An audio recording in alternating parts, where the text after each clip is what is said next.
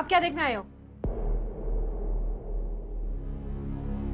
दिखाने आए। ये क्या हरकत है? ये तो अब आप बताएंगी। ये क्या हरकत हो रही है?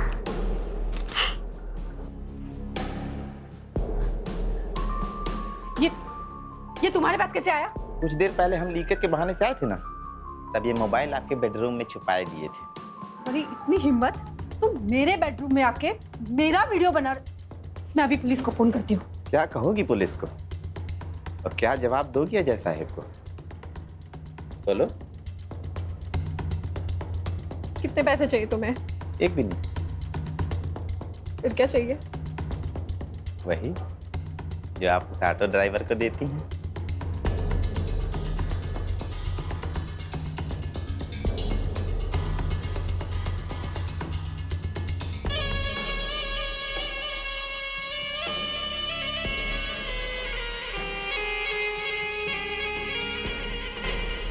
अच्छा, तेरे विपुल भैया कब आएंगे? आते ही होंगे, मैंने फोन तो कर दिया है। अच्छा सुन रश्मि, तू भैया से फीस के बारे में बात कर लेना। चिंता मत कर माया, मैं इसलिए तो यहाँ आई हूँ ना। और अगर तेरे भाई को कोई भी प्रॉब्लम होगी ना तो तेरी फीस मैं भर दूंगी, तू टेंशन मत ले। अरे भैया आप आ गए, मैं आपके लिए कॉफी बना कर लाती हूँ। हाँ बना दे। लेकिन रश्मि तू कब आई? बस अभी भैया। कुछ खिलाया रश्मि को? मैं कॉफी बना के लाती हूँ। हाँ। विपुल भैया, वो माया की फीस। हाँ फीस बस किसी को उधार दिया है मैं ना, 1-2 दिनों में कर दूंगा। ठीक है भैया। तुम लोग बैठो, मैं कुछ खाने के लिए लेकर के आता हूँ। हाँ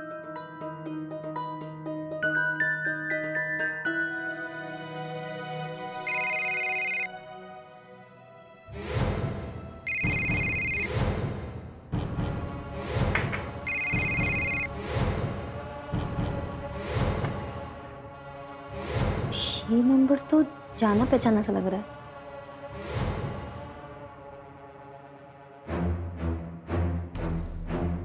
ये तो रीमा भाभी का नंबर है। रीमा भाभी विपुल भैया को बार बार फोन क्यों कर रही है?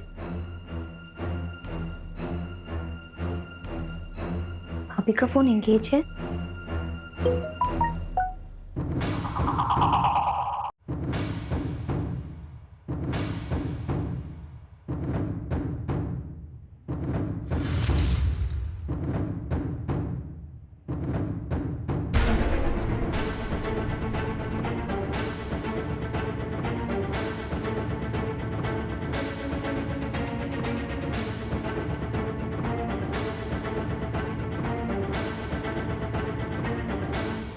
अरे रश्मि, भैया कहाँ गए? माया मैं आ रही हूँ। अरे कहाँ चली?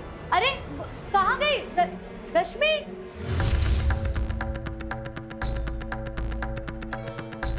तो ये करती है आप अजय भैया के पीठ पीछे।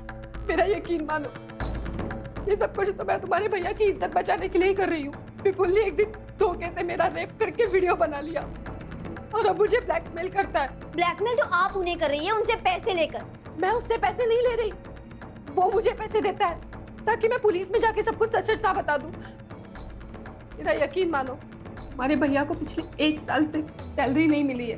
मुझे घर चलाने के लिए पैसे भी तो चाहिए होते, इसीलिए मैं भी चुप रही। और मेरा यकीन मानो, पुलिस के पास जाकर बदनामी के अलावा और कुछ हासिल नहीं होता। मैं नहीं मानती आपकी बातों को। माया का कहना है कि विपुल भैया आप सिर्फ टेंशन में रहते। माया की फीस भी नहीं भरी उन्होंने, क्योंकि उन्होंने कंगाल कर दिया आपने उन्हें ब्लैकमेल करके उनसे पैसे लेकर। मेरा यकीन मानो रश्मि, ये तो विपुल भैया बताएंगे।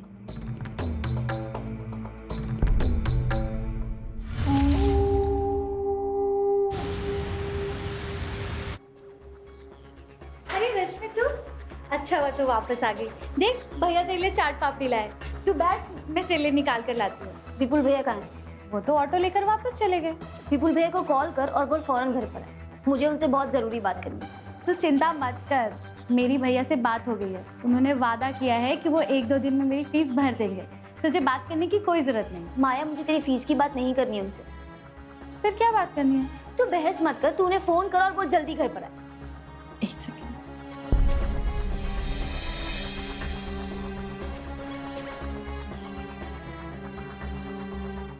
भैया का फोन तो स्विच ऑफ आ रहा है।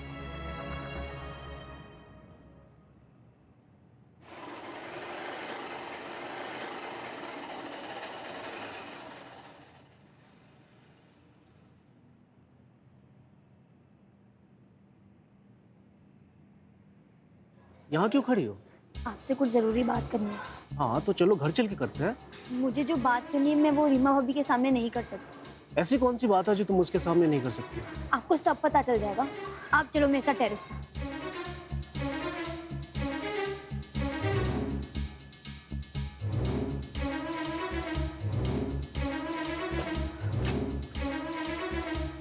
अरे बताओ भी, क्या बात है?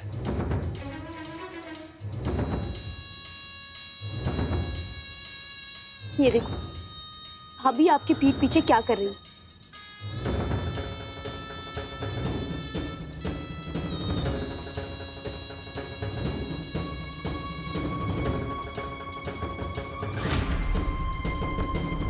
मैंने बुलाया इसे, वो पापा जी को ना ड्राइवर चाहिए था, इसलिए बुलाया है। शक तो मुझे पहले से था, लेकिन रीमा हर बार कोई ना कोई सा झूठ बोलती कि मुझे यकीन हो जाता। भाभी मुझसे भी झूठ बोलने की कोशिश कर रही है, लेकिन मैं जानती हूँ कि ये सब भाभी का ही काम है। वो विपुल भैया को ये वीडियो दिखा के ब्लैकमेल कर रही है। आपको भाभी के खिलाफ कोई एक्शन लेना होगा। देखो, मैं इतनी जल्दी एक्शन नहीं ले सकता। रीमा से रिश्ता खत्म करना मतलब उसके बाप के बाद की प्रॉपर्टी से हाथ धोना है, जिसकी मंथली इनकम से हमारी जिंदगी बदल जाएगी। इसका मतलब आप सब कुछ जानने के बावजूद भी कुछ नहीं करोगे। लानत है ऐसे पैसे पर। अगर आपने कुछ नहीं किया ना तो भाभी विपुल भैया की जिंदगी बर्बाद कर देगी, और अगर कल को जाके विपुल भैया को कुछ हो जाता है, ये सारी चीजें छुपी नहीं रहेगी। सोचो हमारी कितनी बदनामी होगी। अरे मैं कह रहा हूँ ना, 1-2 दिन में बात करता हूँ रीमा से। मैं ये सब जानने के बाद 1-2 दिन नहीं रुक सकती। अगर आप भाभी से बात नहीं करेंगे ना तो मुझे ही कोई एक्शन लेना पड़ेगा।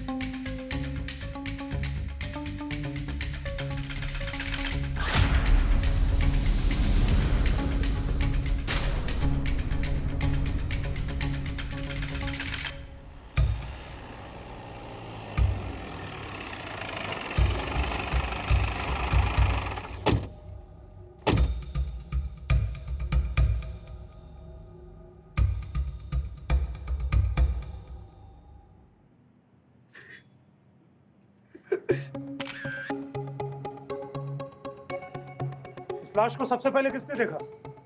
साहब मैंने देखा था साहब, जब सुबह 7 बजे पानी खोलने आया तब देखा साहब, उसके बाद फिर जाके अजय साहब को बताया। इसको ऊपर आते हुए देखा था? नहीं साहब। और ये तुम्हारे टेरेस ऐसे ही खुला रहता है? हाँ साहब, पानी बंद खोलने आना पड़ता है तो खुला ही रहता है। कौन है ये लड़की? ये मेरी बहन है साहब, रश्मि, और ये मेरी बीवी है रीमा। मोबाइल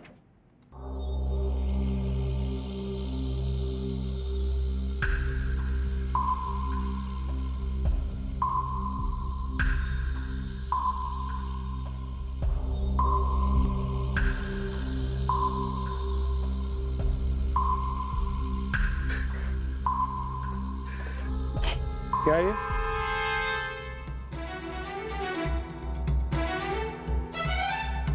कौन है ये ऑटो ड्राइवर? ये विपुल है।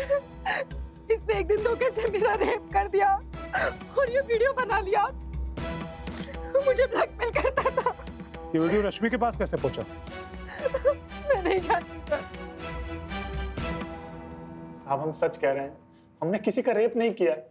उल्टा रीमा ने मेरा रेप किया और वीडियो बना ली, और तब से हमको ब्लैकमेल कर रही है। साहब उसने हमको पूरा बर्बाद करके रख दिया है। तुम्हारा रेप किया है, लेकिन वीडियो में तो कुछ और ही दिख रहा है। रश्मि को कब से जानते हो? यही कुछ 1-2 सालों से, जब से वो हमारी बहन माया के साथ पीजी में रह रही तब से। तुम्हारा और रीमा का वीडियो रश्मि के पास कैसे पहुंचा? सब यही तो हमको भी नहीं पता कहाँ से आया। झूठ बोल रहे हो तुम। तुमने ये वीडियो रश्मि को भेजा है उसे ब्लैकमेल करने के लिए, लेकिन जब वो तुम्हारे झांसे में नहीं आई और शायद पुलिस में जाने की धमकी दी होगी, तब तुमने उसका मर्डर कर दिया। नहीं नहीं साहब, ये झूठ है, हमने किसी को नहीं मारा है साहब। अरे हम तो रश्मि से आज मिले भी नहीं है साहब। इसको लेके जाओ। साहब हम सच कर रहे हैं, हमने किसी का खून नहीं किया है साहब। हम गरीब लोग हैं, हमारा भरोसा कीजिए साहब। साहब हमने नहीं मारा है किसी को। सर ये नाटक कर रहा है, इसने रश्मि को मारा है सर। हो सकता है ये सच कह रहा हूं, लेकिन अगर इसने रश्मि को नहीं मारा तो फिर किसने मारा? एक काम करो, रश्मि के कॉल डिटेल्स और जितने भी सस्पेक्ट हैं उनके मोबाइल लोकेशंस पता करो। आखिर पता तो चले कि क्राइम सीन पर उस समय कौन कौन मौजूद था। सर कॉल रिकॉर्ड और लोकेशन कल तक मिल जाएंगे। तब तक हमने रश्मि का मोबाइल अच्छे से स्कैन किया। रश्मि ने अपनी मौत से ठीक 2 घंटे पहले 13 कॉल माया को किए थे सर। आखिरी कॉल उसने मौत से आधे घंटे पहले किए। ये माया विपुल की बहन है ना? जी सर।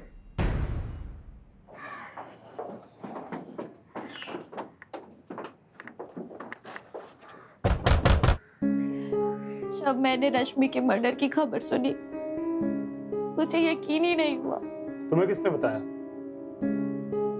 उसकी भाभी रीमा ने। जब कल आखिरी बार मैं रश्मि से मिली तो वो बहुत परेशान लग रही थी। उसने मुझे 2 घंटे में न जाने कितनी बारी कॉल किया। हर बारी वो यही कह रही थी कि वो बहुत टेंशन में है। उसने तुम्हें बताया कि उसे किस बात का टेंशन है? मैंने कई बारी पूछा, लेकिन हर बार वो यही कहती रही कि अभी रुक जा, मैं तुझे सब कुछ बताऊंगी। जब उसे कुछ बताना ही नहीं था तो तुम्हें बार बार फोन क्यों कर रही थी? यही सवाल मैंने भी उससे किया, लेकिन उसने मुझसे कहा कि अगर मेरे भाई विपुल को कुछ हो जाए तो मैं टेंशन ना लूं, वो मेरा हर तरह से ख्याल रखेगी। और कल जब आखिरी बार वो शाम को मुझसे मिलने आई थी तो उसने अपने भाई अजय को भी फोन किया था। उसका फोन स्विच ऑफ आ रहा था। उसने बताया कि वो कहाँ जा रही है? उसने बताया कि वो अपने भाई अजय के ऑफिस जा रही है। अगर रश्मि अपने भाई अजय से मिलने गई थी तो फिर अजय ने ये बात तुम्हें बताई क्यों? सर वो मुझसे मिलने आई थी, रिसेप्शन से फोन की थी तब मैं मीटिंग में था। मैंने उसे कहा भी था कि मैं घर आके बात करता हूँ। क्या बात की उसने तुमसे? सर जब तक मैं घर आता पता चला कि वो अपने दोस्त के यहाँ जा चुकी। तुम्हारी जवान बहन रात भर घर से बाहर रहती है और तुम्हें कोई चिंता नहीं होती? नहीं सर ऐसी बात नहीं है, वो अक्सर अपने दोस्त के यहाँ जाया करती थी। और सुबह वॉचमैन ने बताया कि उसकी बॉडी छत पर पड़ी है। ये रीमा मैडम, इनके बारे में जानते हो? कैसी लेडी है वो? साहब जी ये लेडी कुछ ठीक नहीं है। क्या मतलब? साहब छोटा मुंह बड़ी बात, लेकिन अजय साहब के जाने के बाद में वो ऑटो ड्राइवर अक्सर आता जाता रहता है। तो साहब 2-2 घंटे तक रुकता है। अभी कुछ दिन पहले वो टैक्सी ड्राइवर और पिज्जा डिलीवरी बॉय भी आया था। एक बात कहे साहब, ये मैडम का कैरेक्टर ठीक नहीं है। ये तुम किस बिना पर कह रहे हो कि उनका कैरेक्टर ठीक नहीं है? ये देखिए साहब, इस सबूत के बाद में हम अजय साहब को दिखाने वाले थे ये कि तभी ये रश्मि मैडम का खून हो गया। तुम्हारे पास ये वीडियो कहाँ से आया? साहब हमको शक हो रहा था तो हम ये कैमरा जाके मैडम के कमरे में जाके छुपा दिए थे।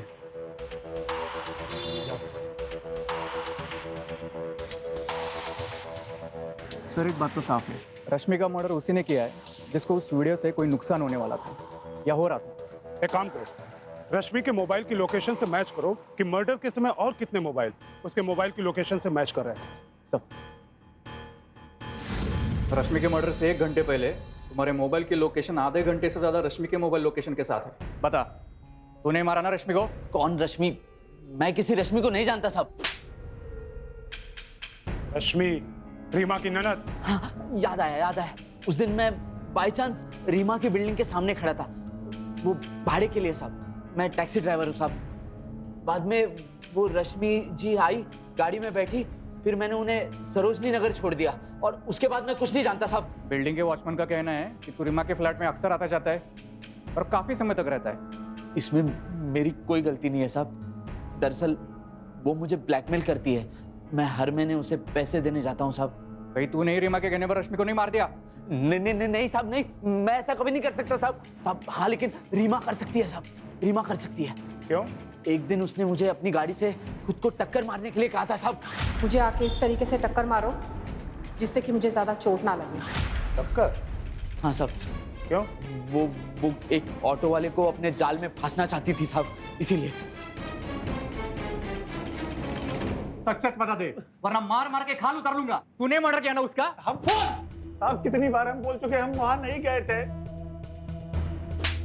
अगर तू वहां नहीं गया था तो तेरा मोबाइल वहां पर हवा में उड़ के पहुंच गया। मानते हैं कि हम वहां पर गए थे क्योंकि हमारी बहन माया कह रही थी कि रश्मि हमसे कुछ बात करना चाहती थी, इसलिए हम उससे मिलने घर चले गए थे। ए भाई भाई, कहाँ? ऊपर। साहब और उनकी बहन घर में। और ये सुनते ही हम वापस लौट गए थे सर। अगर तू वहां से वापस आ गया था तो तेरा दूसरा नंबर वहां क्या करा? कौन यूज करता है तेरा दूसरा नंबर? बोल। तो ये नंबर तुम यूज कर रही हो, इसका मतलब है कि उस रात तुम रश्मि के काफी करीब थी। बताओ क्या कर रही थी वहां? क्या कर रही थी वहां पे? बोलो।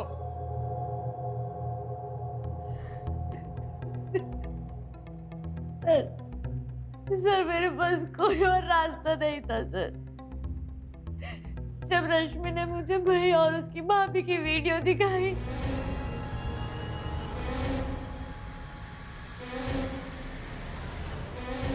अगर ये वीडियो की सच्चाई जानना है तो वो विपुल भैया ही बता सकते हैं। मुझे लगा कि अगर ये बात पुलिस तक पहुंच गई तो मेरे भैया को जेल हो जाएगी, और अगर भैया जेल चले गए तो मेरा क्या होगा। इसीलिए मैं रश्मि को समझाने गई थी।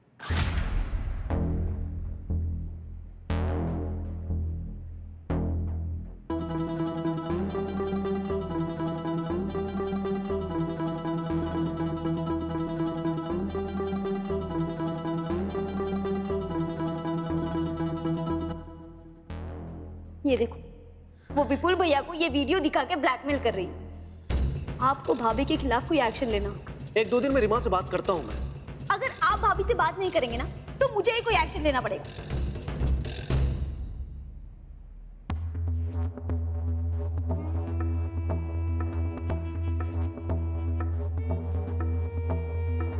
रश्मि, तू यहाँ क्या कर रही है? रश्मि तू प्लीज विपुल भैया की वीडियो को डिलीट कर दे।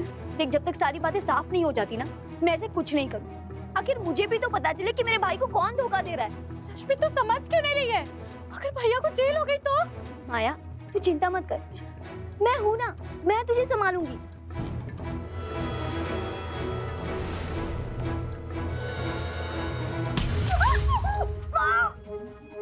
पागल हो गई है क्या तू? हाँ मैं पागल हो गई हूँ। चल माया, चल। प्लीज छोड़ दो, प्लीज